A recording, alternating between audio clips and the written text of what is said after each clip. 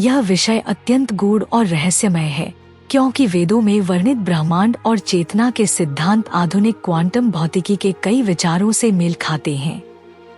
वेदों में ब्रह्मा को संपूर्ण सृष्टि का मूल आधार माना गया है, जो निराकार, नित्य और अनंत है। वहीं आधुनिक विज्ञान में भी ब्रह्मांड की वास्तविकता को समझने के लिए भौतिक कणों और ऊर्जा के सूक्ष्मतम स्तरों का अध्ययन किया जाता है। वेदों में कहा गया है कि यह संपूर्ण संसार एक ऊर्जा के प्रवाह से बना हुआ है, जिसे प्राण या शक्ति कहा जाता है, और यह किसी भी भौतिक वस्तु का मूल आधार है। आधुनिक विज्ञान भी इस निष्कर्ष पर पहुंचा है कि जो कुछ भी हम ठोस या भौतिक रूप में देखते हैं, वह वास्तव में परमाणुओं और उपपरमाणुओं से बना होता है, जो लगातार गति में रहते हैं।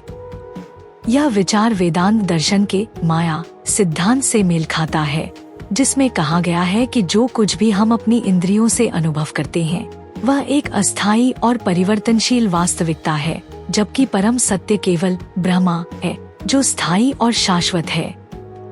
क्वांटम भौतिकी का डबल स्लिट प्रयोग यह दर्शाता है कि कण, इलेक्ट्रॉन तब तक तरंग रूप में रहता है जब तक कि कोई उसे देखने वाला नहीं होता, लेकिन जैसे ही उसे मापा जाता है, वह एक निश्चित स्थान पर स्थित हो जाता है। यह सिद्धांत अद्वैत वेदांत के उस विचार को पुष्ट करता है, जिसमें कहा गया है कि जगत केवल एक संभाव्यता है और इसे अनुभव करने वाला प्रेक्षक ही इसकी वास्तविकता को निर्धारित करता है। यह वेदों में वर्णित दृष्टादृश्य के सिद्धांत से मिलता जुलता है, जहाँ कहा गया है कि ब्रह्मा ही दृष्टा है और संसार उसकी दृष्टि का ही प्रतिबिंब है।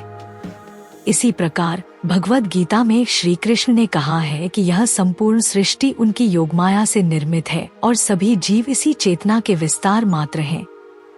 यह विचार क्वांटम यांत्रिकी के सुपरपोजिशन और एंटेंगलमेंट के सिद्धांतों से मेल खाता है, जहां यह पाया गया है कि दो कण चाहे कितनी भी दूरी पर हों, वे एक दूसरे से जुड़े रहते हैं और एक में परिवर्तन होने पर दूसरा भी तुरंत प्रभावित होता है। यह वही विचार है जो वेदों में आत्मा और परमात्मा के संबंध को स्पष्ट करता है।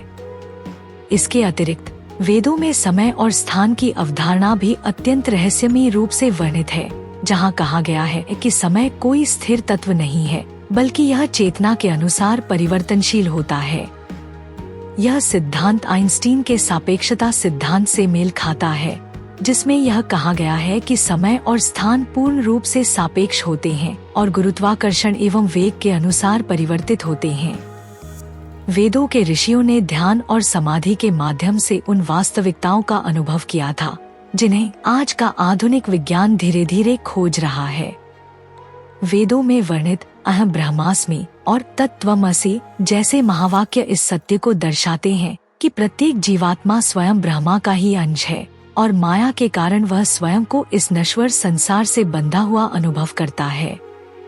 इसी प्रकार क्वांटम भौतिकी यह कहती है कि प्रत्येक कण मूल रूप से ऊर्जा का एक रूपांतरण मात्र है और यह किसी निश्चित स्थिति में नहीं रहता जब तक कि उसे मापा न जाए। इसी प्रकार वेदों में ध्यान और योग की प्रक्रियाएं इसीलिए दी गई हैं ताकि व्यक्ति अपने अस्तित्व की सीमाओं से परे जाकर अपने वास्तविक स्वरूप का अनुभव कर सके और इस ब्रह्मांडीय चेतना से एकात्म हो सके।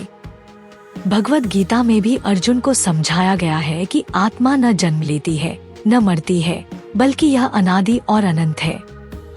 इसी प्रकार विज्ञान में भी ऊर्जा के संरक्षण का सिद्धांत कहता है कि ऊर्जा न उत्पन्न की जा सकती है और न ही नष्ट की जा सकती है, बल्कि यह केवल एक रूप से दूसरे रूप में परिवर्तित होती रहती है। यही वेदों में वर्णित आत्मा का सिद्धांत भी है, जहां कहा गया है कि आत्मा अमर है और केवल शरीर नष्ट होता है। जब हम वेदों और क्वांटम भौतिकी के इन विचारों को एक साथ रखते हैं, तो हमें यह समझ में आता है कि हजारों वर्षों पहले हमारे ऋषियों ने जो ज्ञान ध्यान और तपस्या के माध्यम से पाया था, वही ज्ञान आज आधुनिक विज्ञान प्रयोगों और गणनाओं के माध्यम से पुनः खोज रहा है। वेदों में कहा गया है कि चेतना ही इस संसार का आधार है और आधुनिक क्वांटम भौतिकी भी इसी निष्कर्ष पर पहुंच रही है कि किसी भी वस्तु की वास्तविकता केवल तभी निश्चित होती है जब कोई प्रेक्षक उसे देखता है। इसका अर्थ यह हुआ कि हमारी चेतना ही इस जगत को आकार और अर्थ प्रदान करती है। यही कारण है कि वेदों में ध्यान, योग और आत्मबोध को सर्वोच्च महत्व दिया गया है, ताकि हम अपनी चेतना के वास्तविक स्वरूप को जान सकें और इस ब्रह्मांडीय रहस्य को समझ सकें। इस प्रकार वेदों और क्वांटम भौतिकी दोनों मिलकर यह सिद्ध करते हैं कि यह संपूर्ण सृष्टि एक चेतनात्मक संरचना है और जो कुछ भी हम देखते हैं वह केवल हमारी चेतना की अभिव्यक्ति मात्र है। वेदों और क्वांटम भौतिकी के तुलनात्मक अध्ययन से स्पष्ट होता है कि हमारे प्राचीन ऋषियों ने हजारों वर्ष पहले ही उन गूढ़ सत्यों को खोज लिया था, जिन्हें आधुनिक विज्ञान अब खोजने का प्रयास कर रहा है। वेदों में ब्रह्मा को सृष्टि का आधार बताया गया है और क्वांटम भौतिकी भी यह मानती है कि ब्रह्मांड में जो कुछ भी है वह ऊर्जा और तरंगों से निर्मित है। यदि हम गहराई से देखें तो पाएंगे कि वेदों का दर्शन केवल आध्यात्मिक सिद्धांत नहीं है, बल्कि यह एक वैज्ञानिक दृष्टिकोण भी प्रस्तुत करता है, जिसमें चेतना, पदार्थ और ऊर्जा के परस्पर संबंधों की गहरी व्याख्या की गई है। वेदांत का माया सिद्धांत बताता है कि जो कुछ हम देखते और अनुभव करते हैं वह वास्तविकता नहीं, बल्कि एक प्रत्यक्षीकरण मात्र है जो हमारी चेतना के अनुसार बदलता है। क्वांटम भौतिकी का डबल स्लिट प्रयोग भी यही सिद्ध करता है कि कणों की स्थिति तब तक निश्चित नहीं होती जब तक कि कोई उन्हें मापता नहीं। यह स्पष्ट करता है कि जगत की वास्तविकता केवल प्रेक्षक, ऑब्जर्वर की उपस्थिति में ही सुनिश्चित होती है।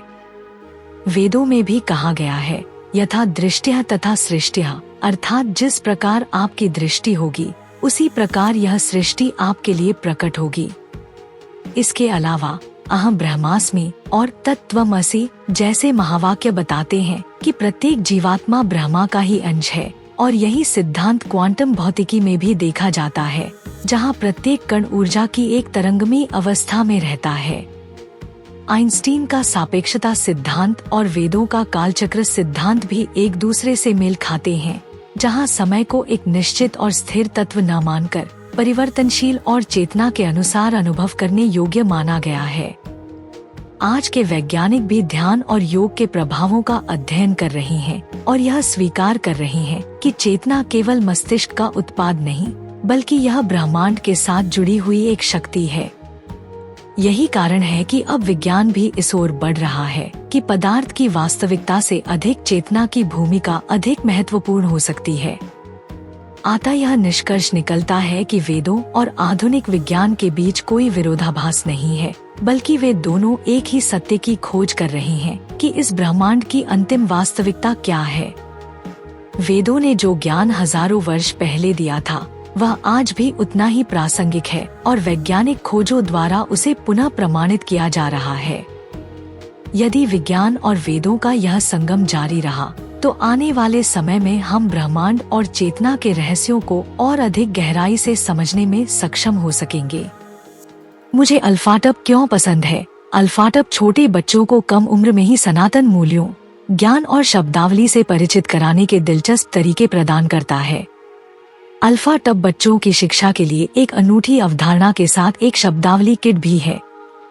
यह स्कूलों में भी एक बेहतरीन किट के रूप में काम कर सकता है।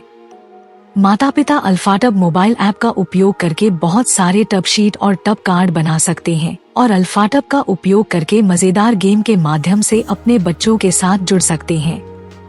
मैंने अल्फाटब ऐप का उपयोग किया है और वीडियो में दिखाए अनुसार टब कार्ड बनाए हैं।